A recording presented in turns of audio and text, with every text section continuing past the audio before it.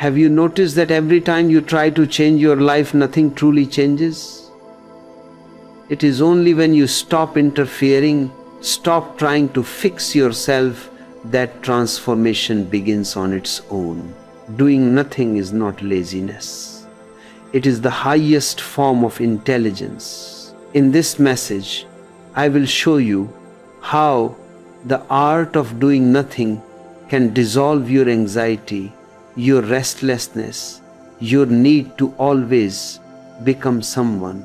You will learn what happens when you allow life to flow through you instead of forcing it. You will see that by doing nothing, everything you have been seeking begins to appear: peace, clarity, love. You have tried doing everything. Now, for the first time, let us try nothing. I know your struggle. From morning till night, a race without a finish line. Always improving, always planning, always becoming, but still an emptiness remains. Society has hypnotized you that you must always be productive, that stillness is failure. I am here to tell you, this is the greatest lie ever told.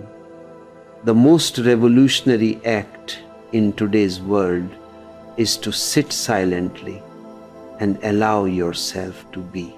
In this hour together, I will take you into the beauty of nothingness, not as an idea, but as an experience.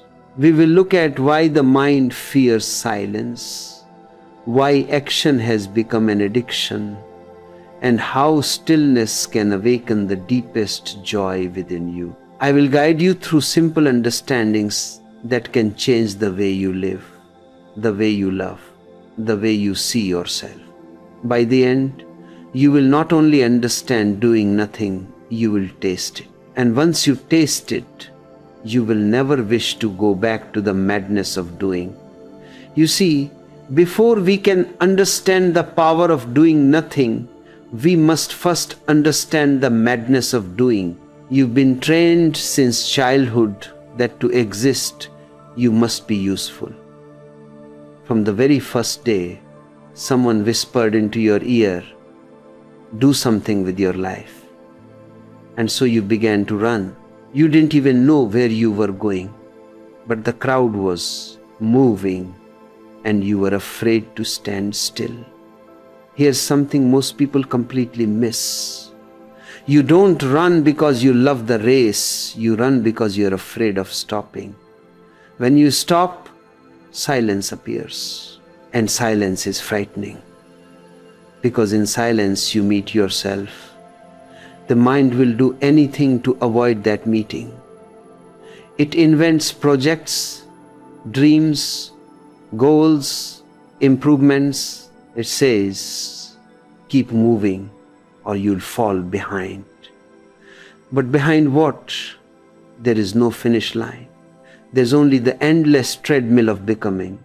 Have you noticed that when you stop working for a moment, guilt arrives, that uneasy feeling that whispers you should be doing something? That's not awareness speaking, that's conditioning. Society has built temples to busyness and calls them productivity. The one who sits quietly is labeled lazy. The one who destroys his health chasing success is called driven. What a strange world we have created, where madness wears a medal. Let me tell you a small story. Once there was a man who looked into a river and saw his reflection, but when he moved to catch it, the reflection broke. He thought the river was running away from him, so he began to chase it faster, harder, splashing, falling, shouting. Yet the more he ran, the further his reflection seemed to go. Exhausted, he finally stopped. And at that moment, the river became calm, and there he was again, perfectly reflected. The reflection was never lost. It only disappeared because of his own disturbance. This is how you live. You are chasing your own reflection, your peace, your happiness, your worth, stirring the waters of life until you can't see your own face. The more you try to catch peace, the more ripples you create. When you stop, clarity returns on its own. Doing has become your drug. You inject it daily to avoid withdrawal from yourself. You open your phone, you plan tomorrow, you polish yesterday. Anything but be here. You are afraid that if you stop, life will collapse. But look around, life never asked for your help. The trees grow without your permission. The sun rises on schedule, not on your calendar. Life doesn't need your doing, it needs your being. When I say doing nothing, I'm not telling you to abandon action. I'm asking you to drop the inner tension that makes every action a struggle. Action born of fear is violence. Action born of being is grace. You can still cook, walk, speak, but without the fever of becoming. That's the beauty of doing nothing while everything happens through you. And here's the paradox. The moment you stop trying to prove your existence, existence begins to express itself through you. Then work becomes play, movement becomes dance, and life flows without resistance. So let this be the first step to see clearly the insanity of endless doing. Awareness begins with recognition. See the hamster wheel for what it is, and already you are outside of it. Here's something most people completely miss. The greatest power in the universe moves through stillness, not through struggle.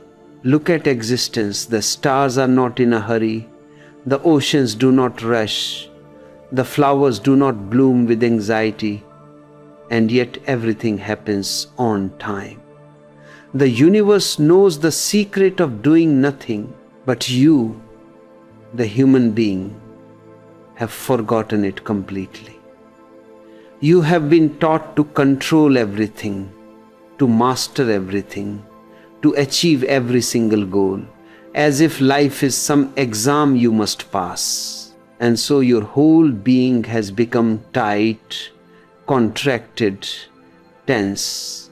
You wake up already tired, because even in sleep, your mind continues to run. You have never truly paused, never truly rested. I am not talking about sleep. Even in sleep you are dreaming, still doing, still projecting, still chasing. I am talking about the sacred pause, that single moment when you do absolutely nothing and allow life to breathe through you. Stopping is not weakness. It is courage, the rarest kind of courage. It takes far more strength to stop than to keep running. The runner moves because of fear. The one who stops moves because of trust. When you stop, you begin to see the inner storm you have been carrying. You will see how restless your mind truly is, how it jumps from one worry to another, one desire to another, never satisfied, never silent. And this sight can be uncomfortable, even painful, because for the first time, there is no distraction, no escape. The silence will confront you like a mirror, showing every corner you tried to hide from yourself. But this is the beginning of real transformation. In silence, you will realize that all the noise you thought was life, the worries, the ambitions, the endless plans, was just the chatter of the frightened mind. The mind is like a monkey, swinging from branch to branch, terrified that if it lets go, it will fall into emptiness. But if you can simply watch the monkey without judging, without controlling, something extraordinary happens. The watching itself becomes a light, and under that light, the mind begins to slow down on its own. There is an ancient image. I love the pond and the moon. When the pond is disturbed, when waves are there, the moon's reflection shatters into 1,000 pieces. It looks as though the moon has broken, but it is not the moon that broke. It is only the water that trembled. The moment the pond becomes still, the reflection becomes whole again. Your consciousness is that pond. The moon is truth. The more you shake, the more fragmented truth appears.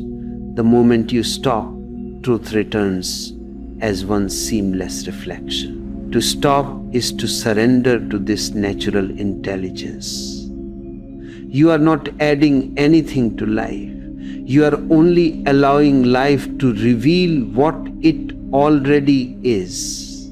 You have believed that by doing more, you can create peace. But peace is not created, it is uncovered. It was always there, hidden beneath the noise. The sacred pause is the art of uncovering what never left you. Now, don't mistake stopping for laziness. Laziness is heavy, it is dull. Stopping is vibrant, alive.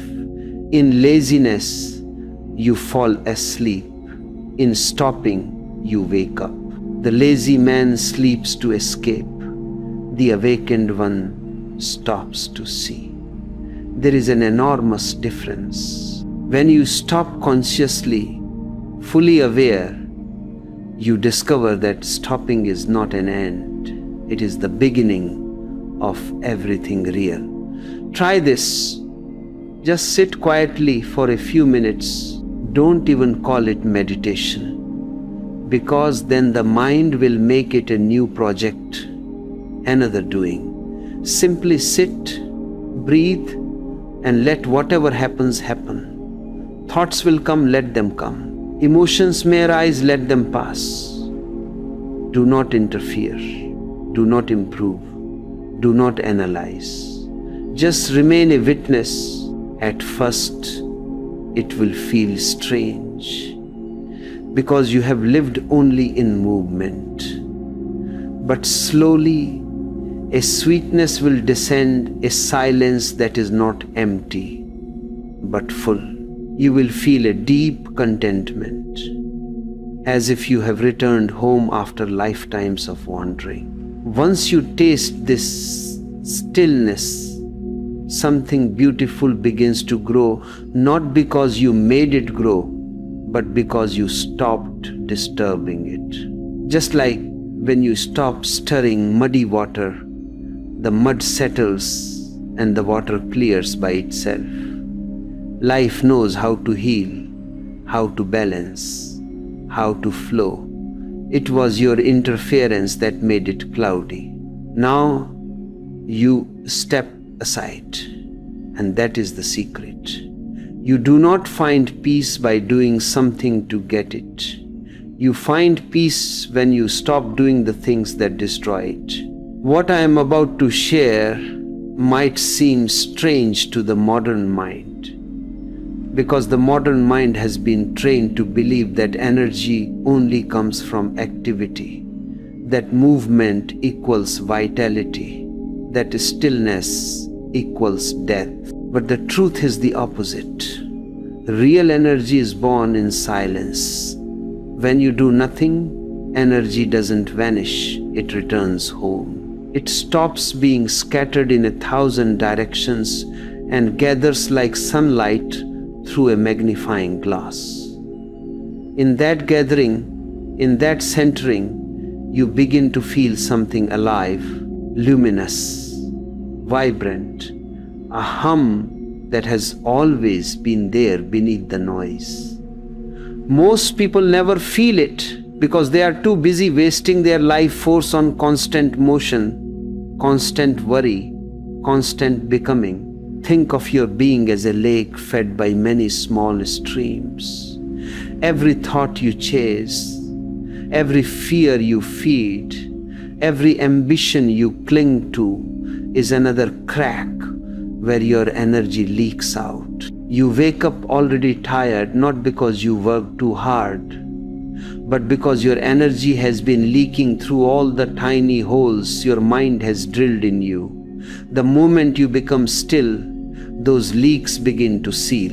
The lake starts to fill again. Slowly the waters rise, the surface shines, and you can feel the quiet power of existence pulsing through you. You are no longer pushing against life. Life is moving through you. The world celebrates the worker, the achiever, the one who climbs and fights and conquers. But the greatest power is in the one who rests inside himself and lets the universe act through him. It's like an archer who draws his bow but never tenses, who knows that the arrow finds its mark only when his hand is steady, his breath calm, his heart silent. Or the Buddha under the tree, he didn't run across the world searching for enlightenment. He simply sat a day.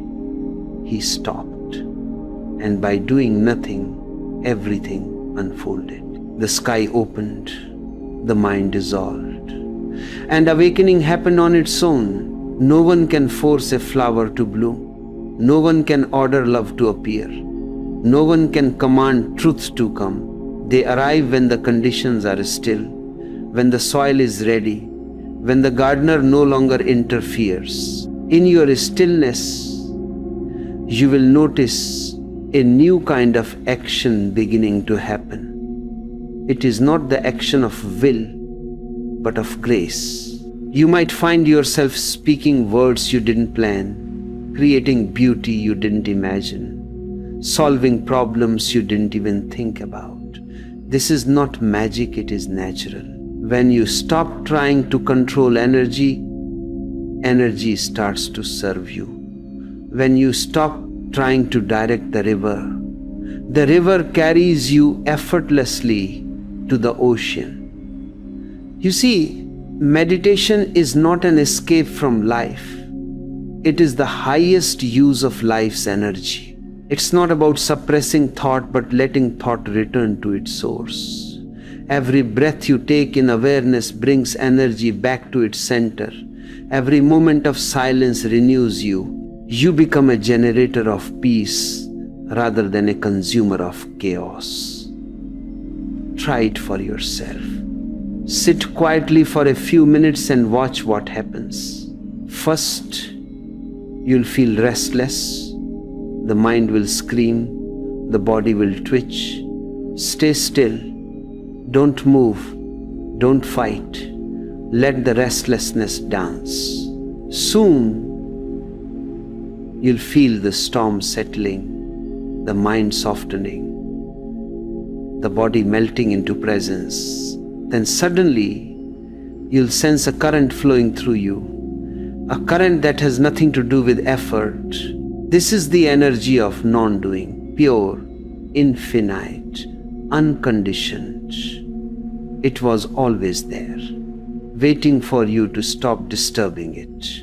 When you taste this current, you will realize that all your life you've been trying to light the sun with a candle.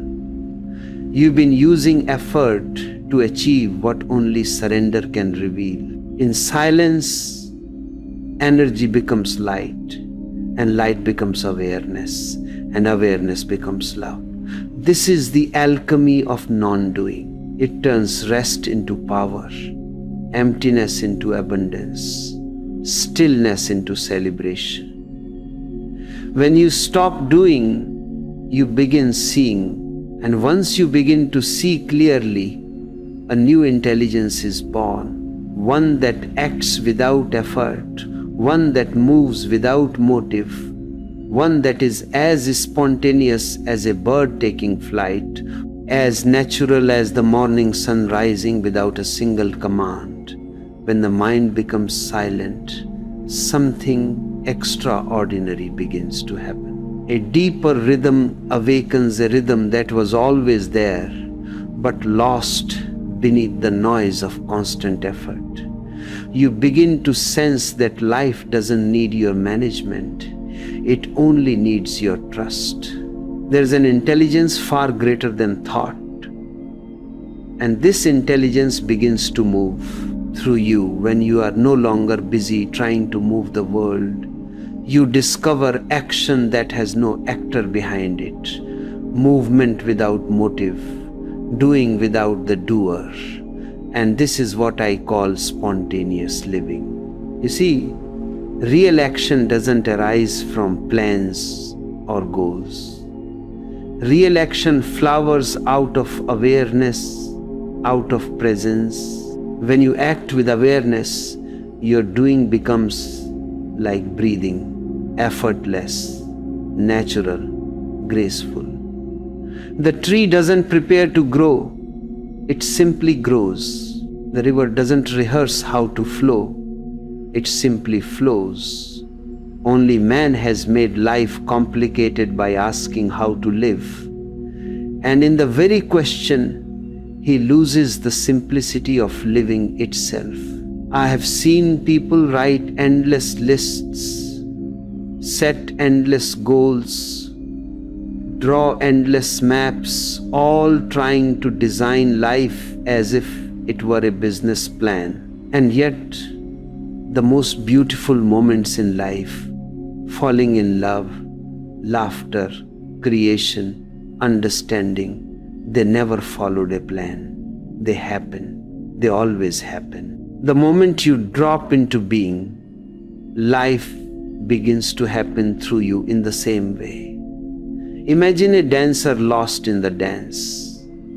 There comes a point when she is no longer moving to the music is moving her. There is no separation between her and the rhythm, no calculation, no hesitation, no self-consciousness. This is the state of being I am talking about. The dancer disappears, only the dance remains. The doer dissolves, only doing remains.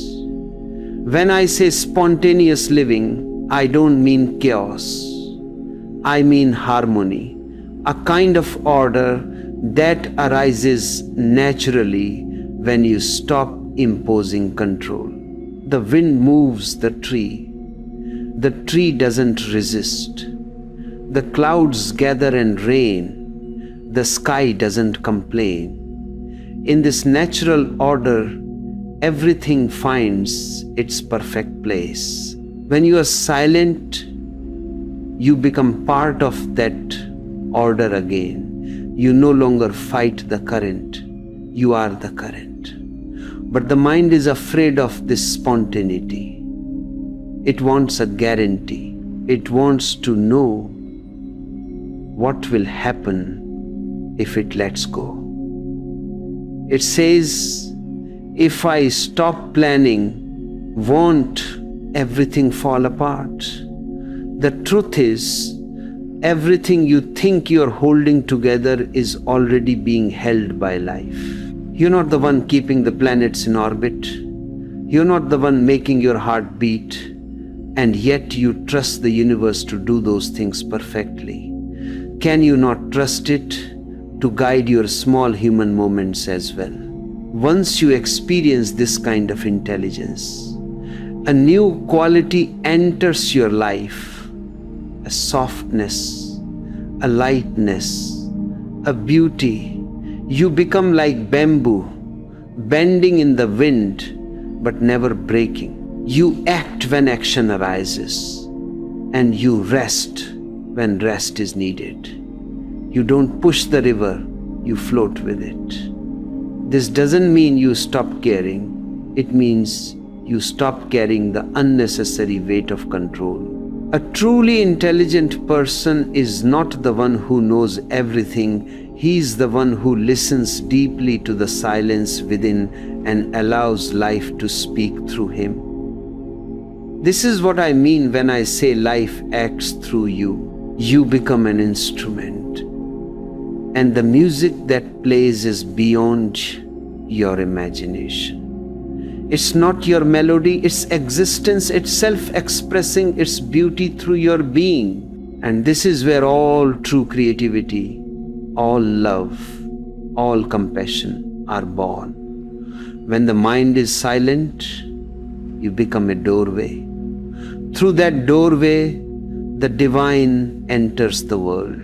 Whether you paint, write, cook, garden, or simply breathe, it all becomes a form of prayer, a movement of grace. This effortless action, this harmony between silence and expression, is what I call the intelligence of being.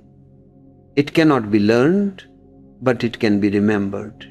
It is not taught, but it can be felt. And when you live from this space, every ordinary moment becomes sacred. Every breath becomes a celebration. Every gesture carries the fragrance of awareness. This effortless action is what I call intelligence, not of the mind, but of existence itself.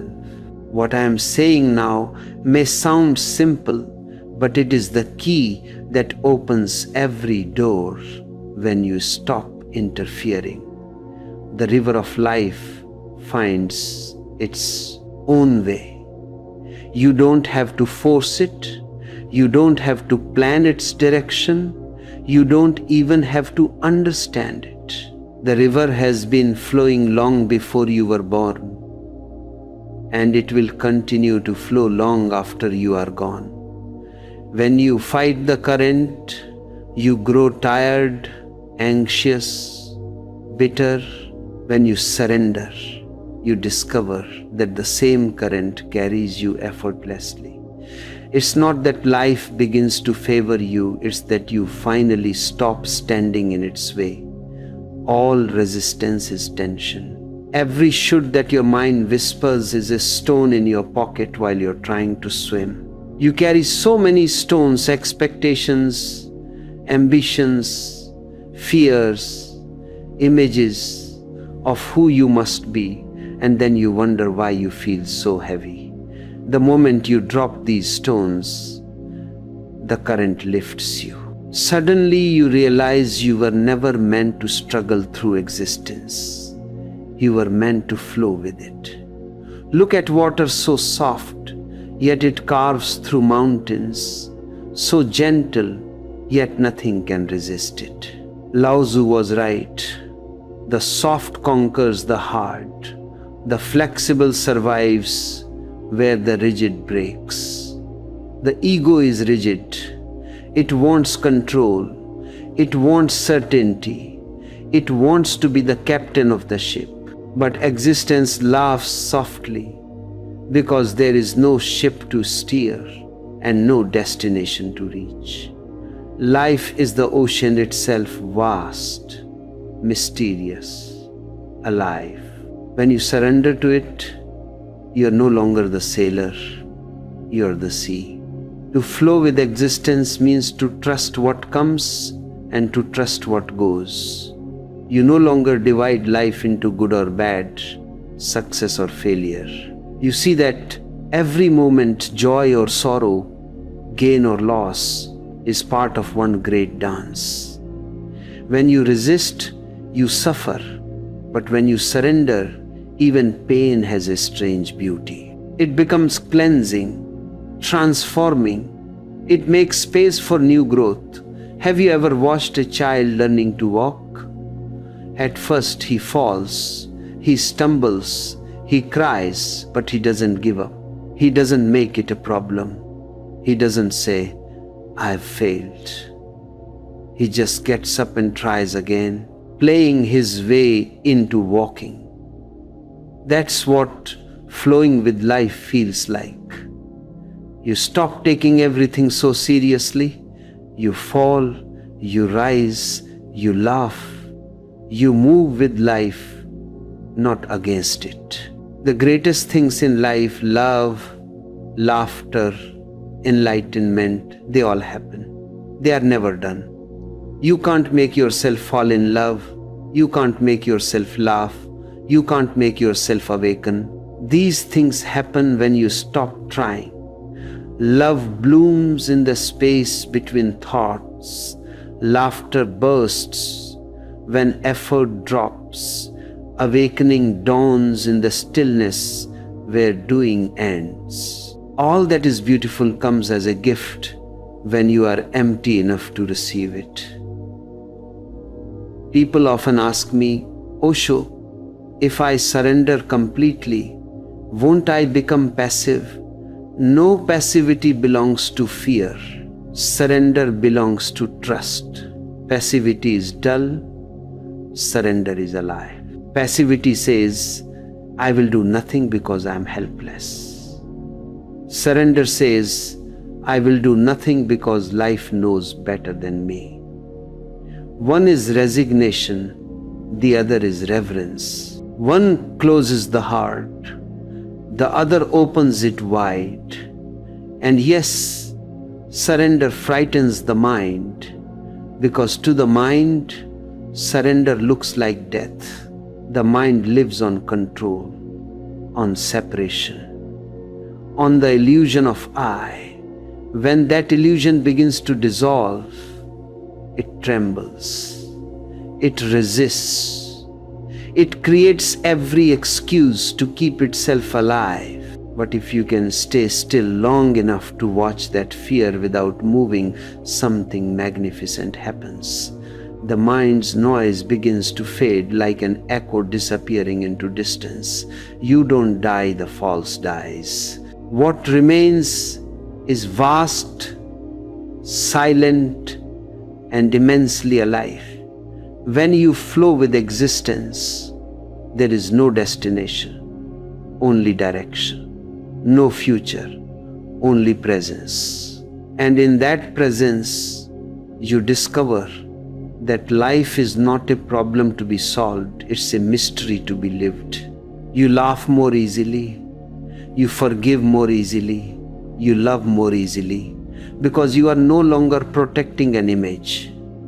You are transparent. You are like water reflecting everything, holding nothing. So let this be your meditation. Stop swimming upstream. Stop pushing against life. Wherever the river takes you, say yes. Whether it brings you to sunlight or storm, say yes. Whether it carries you into laughter or loneliness, say yes. Every yes dissolves a little bit of the old self. Every yes brings you closer to the source. This is how you become free, not by conquering life, but by joining it. But this surrender frightens the mind. It feels like death. So let us face that fear and see what truly dies when you stop. The fear of doing nothing is not really the fear of silence. It is the fear of disappearing. Somewhere deep inside, the ego knows that if you truly stop, it will no longer exist.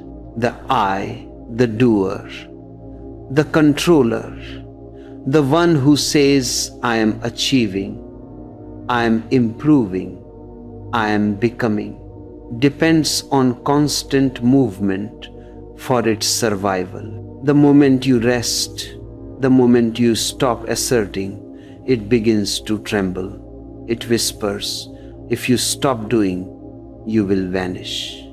And in a way, it is right. When you stop doing, when you rest completely in being, the false you dies. But that death is not an ending, it is a birth. It is the birth of your real self. The self that was hidden beneath layers of effort, masks, ambitions, and fears. You have been taught that to live is to keep acting, that to exist is to prove yourself again and again through your achievements, your relationships, your possessions, You have been taught that the more you do, the more you are. But being doesn't need any proof. Existence needs no certificate. The tree does not hold up a degree to show that it is a tree. The ocean doesn't show credentials to justify its waves. Only the human mind feels it must constantly advertise its importance to believe it's real. The moment you stop, that illusion begins to crumble, and that crumbling feels like death. Imagine a candle burning in a dark room. The flame dances beautifully, but it is also consuming the candle itself. The brighter it burns, the faster it disappears. This is the life of the doer. The more you burn with ambition, the faster you exhaust yourself.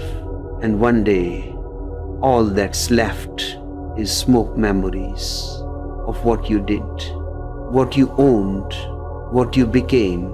But when you allow the flame to melt completely, when you are not afraid to disappear, what remains is not darkness, it is light. The candle melts into the flame, the I dissolves into being, and the light continues without a source. That light is consciousness itself.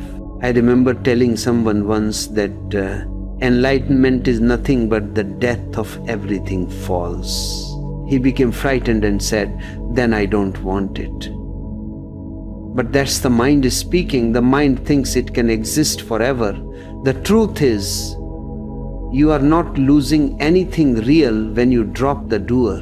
You are only losing the dream of control, the illusion of separation, the heavy costume of personality you've been wearing for too long. Underneath, you remain lighter, freer, transparent. When the actor leaves the stage, the play ends, but the space of the theater remains. So yes, something dies when you stop, but what dies is only the noise. What remains is silence, and that silence is not empty. It is alive, radiant, overflowing. It has no center and no boundary. It is freedom itself. You realize that all along you were afraid of losing what you never truly had, a fragile identity made of thoughts, habits, and borrowed opinions. Once it's gone, there is immense relief, a great laughter, because you see that you were never the doer at all. The mind loves to say, "I did this," but look closely. Even your breathing, are you doing it? Your heartbeat, do you control it? Your thoughts arise and vanish without asking permission. The sun rises, the earth spins, the seasons turn. Who is doing all this? There is no separate doer anywhere. There is only doing an endless dance of energy, a spontaneous unfolding. You are not the author of life. You are one of its expressions. You are a wave in the ocean pretending to be separate. When the wave surrenders, it doesn't die, it becomes the ocean again. To allow the death of the doer is to trust that the ocean knows how to move the wave. It doesn't need your struggle, your stress, your constant interference. When you stop clinging to your tiny sense of I, a vastness enters. You feel lighter, as if the whole weight of existence has been lifted off your shoulders, because it was never yours to carry. And what comes after this death is not emptiness in the way you fear it. It is fullness, wholeness. It's as if you've been holding your breath for lifetimes, and suddenly you exhale. The relief is indescribable. You laugh, you cry, sometimes both at once, because you see how simple it all is. You realize that life doesn't need your permission to be beautiful. It already is. Only the one who has died to effort can know effortless joy. Only the one who has surrendered the I can taste what it means to be truly alive. When there's no doer left, only life remains vast, unending, radiant. Once the doer disappears, what remains is vast emptiness, and yet that emptiness is overflowing with life. Now we come to the most mysterious and beautiful part of this journey, the moment after the doer has disappeared. The moment when everything you thought you were has dissolved into silence. What remains seems like nothing, and yet it is everything. This is what I call the fullness of emptiness. It sounds like a contradiction, but life itself is a contradiction. The seed dies to become the tree. The wave disappears into the sea. The silence contains all sounds. When you drop the illusion of control, when you no longer cling to the idea of being someone, a vast space opens within you, and in that space, existence begins to sing its own song through you. At first, it feels like a great void, unfamiliar, endless, impossible to grasp. The mind becomes uneasy because it cannot measure or define it. It keeps asking, what is this? Who am I now? What should I do with this emptiness? But emptiness is not something to do anything about. It is something to rest in, to allow, to love. The moment you stop trying to fill it, you realize that it was never empty in the way you imagined. It is brimming with peace, pulsing with invisible energy, alive with everything that ever was or will be. It is the womb of creation, the silent ground from which every form arises and into which every form returns. Emptiness is not the absence of life, it is the source of life. From this stillness, action flows more beautifully than ever before, not as effort but as grace. Love arises without reason, laughter bursts without cause, understanding dawns without thought. You have not lost the world, you have found it again. But now without the burden of possession. You move through life like the wind moves through the forest, touching everything, clinging to nothing. When you no longer chase happiness, happiness begins to follow you like a shadow. When you stop trying to be someone, existence begins to express itself through you in countless ways. It dances, it sings, it paints, it creates, but there is no you behind it, only the movement of the whole. You become like a flute hollow inside, empty, open, and because you are hollow, the divine breath can flow through you and create music. The flute does not play by itself, it allows itself to be played. The emptiness of the flute is not a weakness, it is its very strength. In the same way, your emptiness is what allows life to play its eternal song through you. I have often said, the sky is the greatest teacher of truth. It appears empty, but it contains everything: the stars, the clouds, the sun, the moon, the birds, the dreams of men. It holds them all and yet remains untouched. Nothing can stain it, nothing can confine it, nothing can exhaust it. Become like the sky, vast, open, transparent. Then joy and sorrow, gain and loss come and go like passing clouds, and you remain the silent watcher of it all. You will find that the moment you stop seeking meaning, life becomes meaningful. The moment you stop chasing love, love overflows from your being. The moment you stop trying to reach peace, peace begins to breathe through you.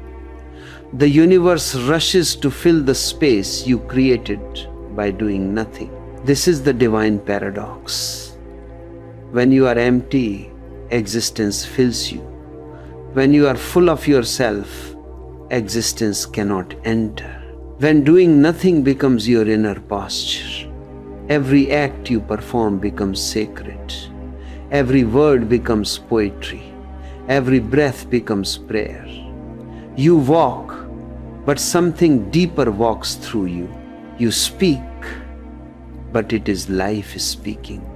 You love, but it is love loving through you.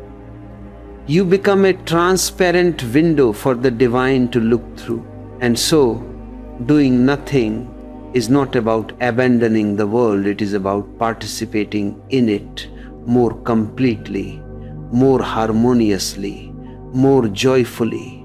You no longer struggle to make things happen, you let them unfold.